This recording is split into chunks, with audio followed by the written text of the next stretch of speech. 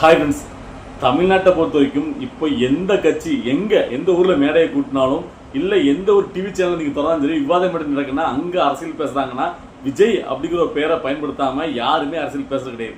அப்படி ஒரு நிலைமையை தமிழ்நாட்டை உருவாக்கி இருக்காரு தளபதி விஜய் அவர்கள். அதுக்கே முதல்ல அவர் பாத்தீங்கன்னா நம்ம பாராட்டி தீரணும், வேற லெவல்ல இருக்கு. ஸோ இன்னைக்கு நம்ம எதை பத்தி பேச போறோம் டாபிக்னு கேட்டீங்கன்னா, நேற்று தந்தி டிவில ஒரு விவாதம் மேடை நிகழ்ச்சிங்க. அதுல டிஎம்கே சார்பாக செந்தில் வேலா அப்படிங்கிற அந்த ஆள் வந்து கலந்துக்கிட்டாரு. அவர் பாத்தீங்கன்னா ரொம்ப புத்திசாலித்தனமா ஒரு கேள்விகளை பயங்கரமா வச்சாரு. அதுக்கு தான் நான் பதில் கொடுக்கணும்னு நினைக்கிறேன் இன்னைக்கு. அதாவது அந்த டாபிக் என்ன போயிட்டு இருந்துச்சு கேட்டீங்கன்னா, ஏத்தளவு என்ன சொன்னாங்கன்னா, அதாவது விஜயாவில் வந்ததுக்கு அப்புறம் திமுக பயப்படுது, விஜயோட பார்த்து திமுக ஸ்டாலின் அஞ்சுகிறார் அப்படின்னு சொல்லி ஒரு டாபிக்ல பேசிட்டு இருக்கும்போது அதுக்கு பதிலடியாக அந்த செந்தில் பாத்தீங்கன்னா, அதாவது நான் சொல்றேன் விஜய் முதல்ல ஏன் அரசியலுக்கு வந்தாரு தெரியுமா? அதாவது கோலமாவு கோகிலா படம் பாத்தீங்கன்னா செம ஹிட் ஆயிட்டு, அதுல யோகி பாபு ஹீரோ நடிச்சிருக்காரு. அதுக்கு அடுத்தால சூரியும் படத்துல நடிக்க வந்துட்டாரு. ஸோ அதனால இதுக்கப்புறம் நம்மளுக்கு மார்க்கெட் போயிடும், ஸோ நம்மளால பாத்தீங்கன்னா கல்ல கட்ட முடியாது அப்படிங்கிறதுனால தான் பயந்து போதி, அதாவது சூரியும் யோகி பாபும் ஹீரோ ஆயிட்டாங்க, இனிமேல் நம்மளால முடியாதுன்னு சொல்லி தான் அவர் சினிமா விட்டு அரசியலுக்கு வந்துட்டாரு விஜய் அப்படின்னு ரொம்ப நக்கலா அதில் பேசுறாரு. உடனே அதுக்கு பாத்தீங்கன்னா அங்க இருக்கிறவங்க பதிலடியா, என்னங்க சொல்றீங்க நீங்க, அவர் எங்க இருக்காரு, அவர் எவ்வளவு போய் உச்ச நடிகர், யாரோட போய் கம்பேர் பண்றீங்க அப்படின்னு பதில் கேட்டாங்க. உடனே அவர் பிடிச்சுக்கிட்டாரு. பாத்தீங்களா, இப்போ உங்களுக்கு கோவம் வருதுல. அப்போ விஜய் அவர்கள் பிறந்தது 1974 ஜூன் 22ஆம் தேதிங்க. ஸ்டாலின் அவர்கள் மிஸ்ஸாக்கு செஞ்சது 1976ஆம் தேதி. 1.5 வயது குழந்தைய விஜய் அவர்கள் இருக்கும்போது மிஸ்ஸாக்கு போனவருங்க ஸ்டாலின் அவர்கள். அவருடைய அரசியல் வாழ்க்கையை பாருங்க, எத்தனை வருடம் அவருடைய அரசியல் வாழ்க்கை. இப்போ வந்தவர் விஜய், அவரு இவருக்கு போட்டி, அவரை பார்த்து விஜய் அவர்களை பார்த்து ஸ்டாலின் பயப்படுறான்னு சொல்றது எந்த வகையில் நியாயம்? 7 முறை சட்டமன்ற உறுப்பினராக இருக்காருங்க ஸ்டாலின். அதை எப்படி நீங்க கம்பேர் பண்ணுவீங்க? உங்களுக்கு சொன்ன உடனே எப்படி கோவம் வருது? அப்ப இது எப்படி லாஜிக்கா இருக்கும் அப்படின்னு பயங்கரமா தன்னுடைய விவாதத்தை வச்சார். சோ அதை பார்த்த உடனே அவர் பேசுன அந்த லாஜிக் இருக்குல்ல, எதை சொன்னா தேவகாரங்களுக்கு கோவம் வரும் சொல்லணும் அப்படின்ட்டு அவர் கண்டுபிடிச்சு அதை சொன்னதுக்காண்டி அவரை பாட்டே தீரணும். ஏன்னா அதனாலதான் அவருக்கு பாத்தீங்கன்னா எங்க கூட, அதாவது ஸ்டாலின் அவர்கள் கூட விஜய் அவர்கள் நீங்க கம்பேர் பண்ணி அவருக்கு போட்டி அவரை பார்த்து பயப்படா சொல்றீங்களா, அப்ப உங்களுக்கு கோவம் வர்ற மாதிரி, அதாவது சூரியும் யோகி பாபும் ஹீரோவானதால விஜய் அவர்கள் சினிமா விட்டு அரசியலுக்கு போயிட்டாரு நான் சொல்றேன் அப்படின்னு வைக்காரு. நான் முதல்ல சொல்றேன், அதாவது விஜய் அவர்களை பார்த்து திமுக பயப்படுதுன்னு சொல்றேன்ல, அது சும்மா சொல்லல. நான் ஒரே ஒரு சாம்பிள் 2-3 சாம்பிள் சொல்றேன். அதாவது எங்கேயாவது தளபதி விஜய் அவர்கள் அரசியல் கட்சி ஆரம்பிச்சு வந்ததுக்கு அப்புறம், தளபதி விஜய் அவர்கள் சைட்ல இருந்து திமுக என்னுடைய அரசியல் சொன்னதுக்கு அப்புறமும் தளபதி விஜய் அவர்கள் சார்பாக யாராவது மேடை ஏறி அங்க உள்ள திமுக சைட்ல உள்ளவங்கள, அதாவது உதயநிதி ஸ்டாலின் ஆகட்டும் இல்ல மற்ற யாருனாலும் சரி, யாரையாவது அவதூறாக ஆபாசமாக விமர்சனம் பண்றாங்களா நான் கேட்கிறேன். ஆனா நீங்க இவ்வளவுக்குள்ள ஒரு ஆலமர கட்சி, பெரிய கட்சி, 75 வருடங்க இருக்கிற கட்சி, எத்தனை முறை மாறி மாறி தமிழ்நாட்டை ஆண்டு இருக்கீங்க, அவ்வளவுக்குள்ள ஸ்ட்ராங்கா இருக்கக்கூடிய நீங்க புதுசா வரக்கூடிய விஜய் அவர்களை பார்த்து பயப்படலாம் அப்படின்னா எதுக்காக உங்க கட்சி மேடைகள்லயே மாறி மாறி உங்க கட்சி ஆட்களை விட்டு ஆபாசமாக திரு விஜய் அவர்களை பார்த்து கதற விடுறீங்களே, ஏன் எதுக்கு விமர்சிக்கணும்னு கேட்கிறேன். நீங்க தான் ஸ்ட்ராங். இப்போ நான் சிம்பிளா சொல்றேன், இப்போ ஒரு ஏரியால இப்போ நான் தான் இப்போ ஒரு வஸ்தவா இருக்கேன்னு அந்த ஏரியால என் கண்ட்ரோல் இருக்குன்னா புதுசா வரக்கூடிய நான் ஏன் பயப்படணும்? அவன் சின்ன பையன் பாட்டுப்பா பாத்துக்கலாம் அப்படின்னு விட்டுட்டு இருக்கணும்.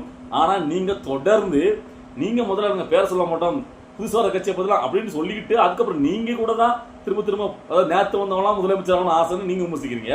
உங்க கட்சியை சார்ந்தவங்க உங்களுடைய மேடைகள்லேயே ஆபாசமாக அவர் குடும்பத்தையும் விமர்சிக்காங்க. அவருக்கு பண்ற எல்லா விஷயங்களும், அதாவது கண்டினியூவா பாருங்க, நீங்க மாசம் இல்ல வாரம் வாரம் உங்க கட்சியை சேர்ந்து ஏதாவது ஒரு விழா ஃபங்க்ஷன் நடத்துறீங்க. அந்த விழா ஃபங்க்ஷன்ல உங்களை பத்தி உங்க கட்சியோட சாதனையை பத்தி புகழ்ந்து பேசலாம், அது தவறு இல்லை. மக்களுக்கு நாங்க இதெல்லாம் பண்ணிருக்கோம் அப்படின்ட்டு அதெல்லாம் விட்டுட்டு எந்த நீங்க விழா நடத்தி மேடம் அதுல பாத்தீங்கன்னா ஒருத்தர் தளபதி விஜய் அவர்களை பார்த்து புதுசா வந்தவர் சொல்லி விஜய் அவர்களை பேரை சொல்லி விமர்சனம் பண்ணும்போது அப்ப நீங்க அவரை பார்த்து பயப்படலாம், எதுக்கு நீங்க கதறணும்னு நான் கேட்கிறேன். ஸோ இதனாலதான் நாங்க அதாவது நம்மள மாதிரி ஆட்கள் பாத்தீங்கன்னா விஜய் அவர்களை பார்த்து திமுக பயப்படுதுன்னு அப்படி சொல்றோம். நீங்க சும்மா உங்க பாட்டில் உங்க வேலையை பார்த்துட்டு போயிருக்கீங்கன்னா யாரும் சொல்ல போறது கிடையாது. அப்போ ஒருத்தரை பார்த்து பயப்பட போய் தான் நம்ம அவருக்கு விமர்சனம் பண்ணணும். நம்ம அவரை பார்த்து பயப்படல, அவர் எங்களுக்கு ஒரு ஆளே கிடையாது, நம்ம கடந்து தானே போகணும். அப்படி கடந்து போகலையே திமுக எங்கேயாவது கடந்துருக்காங்களா? இப்போ வரைக்கும் பாருங்க, அந்த கட்சியில் உள்ள அவ்வளவு வெறும் தளபதி விஜய் அவர்களை பத்தி தான் பேசுவாங்க, அவரை பத்தி விமர்சனம் பண்ணுவாங்க. ஸோ அப்படி இருக்கும்போது நாங்க சொல்றதுல என்ன ஒரு இது இருக்கு இல்ல, லாஜிக்கா பேசுறாரு அந்த செந்தில்வேல். அதாவது இவரு முரட்டு கொடுக்கக்கூடியவரும் நம்மளுக்கு தெரியும், இவர் எந்த அளவுக்கு அங்க கொத்தடிமையை வேலை பார்க்கிறவரும் நம்மளுக்கும் தெரியும்.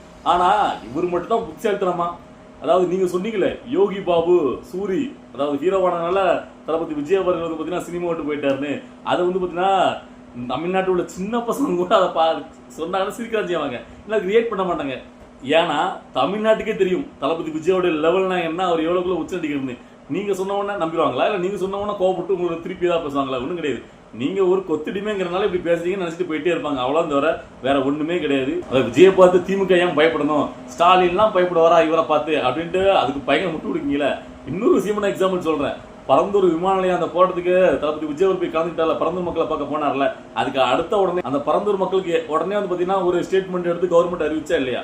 அவர் அங்க போனது அதுக்கு அடுத்தாப்புல வேங்கவேலுக்கு போறான்னு வேங்கவேல் கதையை நீங்க சீக்கிரம் முடிச்சீங்க, உங்களுக்கு தெரியல. சோ அவர் வந்து ஒரு பிரச்சனை போக போறாரு, அங்க போக போறாரு, அது சென்சேஷன் நியூஸா மாறும். அவர் போனாருன்னா வேற மாதிரி மாறும் தெரிஞ்சுன்னா உடனே அதுக்கு நடவடிக்கை எடுக்கிறீங்க, உடனே ஆக்ஷன் இருக்கு. தளபதி விஜய் அந்த இதுல போய் கலந்துக்கிட்டாரு, அங்க போக போறான்னு தெரிஞ்சாலே உடனே அதை என்னப்பா சீக்கிரமா அதை முடிவு எடுப்பா, பிரச்சனை ஏறாம அப்படின்ட்டு. அப்ப அது பயம் இல்லாம வேற என்ன. அது வரைக்கும் வேங்கவேலுக்கு இழுத்தே கிடந்தீங்க. அவர் போக போறாரு, உளவுத்துறை மூலம் உங்களுக்கு ரிப்போர்ட் வந்தோன்னா உடனே அதை முடிக்கீங்க. சோ இன்னும் நிறைய சொல்லிட்டே போகலாம். அதாவது கோவையில ஒரு பூத் கமிட்டி மாநாடு போட்டாரு, உடனே கோவைக்கு திமுக சைடுல வந்து பாத்தீங்கன்னா அவங்களும் வந்து பாத்தீங்கன்னா ஒரு மாநாடு போட வராங்க, ஒரு சுற்றி பயணம் மேற்கொள்றாங்க. அதாவது தளபதி விஜய் எங்கெங்கெல்லாம் போறாரோ உடனே அங்கெல்லாம் போயிட்டு திமுகவும் தன்னுடைய அந்த ஒரு நாங்களும் இருக்கோம், மக்களுக்கு நாங்களும் துணையா நிற்கும், மக்களுக்காக இதை பண்ணு சொல்லிட்டு அவங்க கட்சியை பலப்படுத்துற விஷயங்களை அவர் எங்கெல்லாம் போறாரோ அங்கெல்லாம் போய் பண்றீங்க. சோ அப்ப அதுலயே தெரியுதுல, ஏன் இதுக்கு முன்னாடி நீங்க கோவைக்கு போய் பண்ணிருக்க வேண்டியது, கோவைக்கு போயிருக்க வேண்டியது, அதெல்லாம் போல. அவர் எப்போ பூத் கமிட்டி கோவையில போறாரோ அப்போ உடனே நீங்க அங்க போறீங்க. அதே மாதிரி அவர் எங்கெல்லாம் போறாருன்னு தெரிஞ்சுக்கிட்டு அந்த இடத்துல போய் நீங்க கவர் பண்ணணும் மக்களை அப்படின்னு நினைக்கிறீங்க. இதெல்லாம் பயம் இல்லாம வேற என்னது. சோ இப்படி எக்கச்சக்கமா இருக்குங்க, சொல்லிட்டே போகலாம். அதாவது தளபதி விஜய்ல பார்த்து திமுக அஞ்சுக்கிறதுங்கிறது நிதர்சனமான உண்மை. அதை நீங்க வேணா ஏத்துக்காம இருக்கலாம், ஆனா மக்களுக்கு தெரியும். சோ 2026ல யார் யாரை பார்த்து பயப்பட்டாங்க இன்னும் இருக்கு. ஏன்னா இதுக்கே நீங்க இந்த ட்ரெய்லர் இருக்குல்ல, இதுக்கே இவ்வளவுக்குள்ள பயப்படுறீங்கன்னா இன்னும் கொஞ்ச நாள் உங்க முகத்துல கிழிஞ்சிடும். ஏன்னா இந்த 2026 தேர்தல் நெருங்கிறதுக்கு முன்னாடி தளபதி விஜய் நேரடியாக சுற்று பண்ண மேற்கொள்ள போறாரு தமிழ்நாடு முழுவதும். அப்ப இருக்கு ஆட்டம் வேற லெவல்ல. சோ அப்போ சின்ன பயணமாக போது, அதாவது உங்க கட்சியில் இருக்கக்கூடிய முக்கியமான புள்ளிகளை தளபதி விஜய் பக்கம் வர்றதுக்கு ரெடியா இருக்காங்க. அதுலயே பாத்தீங்கன்னா நிறைய பேர் தயாரிட்டாங்க. தளபதி விஜய் அவர்கள் தான் நிப்பாட்டி வச்சிருக்காரு, இருங்க வெயிட் பண்ணுங்க அப்படின்ட்டு. ஏன்னா இந்த திராவிட கட்சிகள் ஏடிஎம்கே டிஎம்கேல இருந்து முக்கியமான புள்ளிகள் நிறைய பேர் தளபதி விஜயுடைய கட்சியில இருக்கு, யாருக்குமே தயாராயிட்டாங்க. ஆனா தளபதி விஜய் அவர்கள் தான் அதை கொஞ்சம் தடுத்து வச்சிருக்காரு, இன்னும் கொஞ்சம் நாள் போட்டு இப்பவே நீங்க வர வேண்டாம் அப்படின்ட்டு. சோ அது வரும்போது அப்ப இருக்கு இந்த 2 திராவிட கட்சிகளுமே என்ன நிலைமையாது. இப்போ நீங்க சொன்னீங்கல்ல, அதாவது ஸ்டாலின் அவர்கள் வந்து பாத்தீங்கன்னா விஜய் அவர்கள் பிறந்து 1.5 வயது குழந்தையா இருக்கும் போதே ஒரு விசா காண்டி சிறை செஞ்சாரு, அவருக்கு அவ்வளவு அனுபவம் இருக்கு.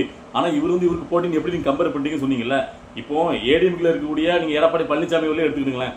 சோ அவரு இப்ப அங்க அவர் தான் முதலமைச்சர் கேண்டிடேட், சரியா? அவர் எப்படி வந்து முதலமைச்சராக வந்தாரு அதெல்லாம் விடுங்க, அவர் இப்ப அவர் தான் முதலமைச்சர் கேண்டிடேட். இப்போ உங்க சைடுல உங்களுக்கு அடுத்தாப்புல நீங்க ஆக்சுவலா அடுத்த வருஷமே யாரையாவது முதலமைச்சர் நிப்பாட்டுங்க, யார் நிப்பாட்டுவீங்க? உங்களுடைய மகன் உதயநிதி ஸ்டாலின் அவங்களாம் முதலமைச்சர் வேட்பாளர் நிப்பாட்டுங்க வச்சுடுங்க. இவரோட அரசியல் அனுபவம் என்ன, அவருடைய அரசியல் அனுபவம் என்ன, எப்படி 2 பேரும் கம்பேர் பண்ணி இவர் முதலமைச்சர் அவர் முதலமைச்சர் நீங்க எப்படி நிக்க வைக்க முடியும்? சோ நாளைக்கு அப்படி நிலைமை வரும்ல. இப்போ நீங்க முதலமைச்சர் வேட்பாளர் இருக்கீங்க, சப்போஸ் நாளைக்கு சோ அப்படி வந்து அது வந்து ஒத்து வருமா, எப்படி நீங்க பார்க்க முடியும்? அதாவது ஒருத்தனுடைய வயசை வச்சு நீங்க எப்போ அரசியல் உள்ள வந்தீங்க, அதனால நீங்க இவரு பிரியரா அவரு பிரியரா கம்பேர் பண்றதுல நியாயமா? எப்ப வந்தங்கிறது முக்கியம் இல்லைங்க, எப்படி நம்ம என்ன பண்ண போறோம், நம்ம எவ்வளவுக்குள்ள நம்ம மக்களுக்காக உழைக்கிறதுக்காக வந்திருக்கோம், மக்களோட செல்வாக்கு நம்மளுக்கு யாருக்கு அதிகமா இருக்கு அதை தான் பார்க்கணும். வயசுல பெரியவனாக ஆயிட்டா மூத்தவங்க, அதாவது என்ன பொறுத்தவரைக்கும் வயசானா எல்லாருமே பெரிய மனுஷன் தான் நம்ம நாட்டுல. ஆனா உயர்ந்த மனிதன் அப்படிங்கிற ஒரு தகுதி வந்து எப்படி கிடைக்கும்னா, நீங்க பண்ற செயல்களையும் உங்களுடைய நடத்தைகளை வச்சுதான் உயர்ந்த மனிதனா நீங்க இல்லையா அப்படின்னு தெரியும். அப்படி பாத்தீங்கன்னா அது வந்து வயசுக்கு சம்பந்தப்பட்டதே கிடையாது.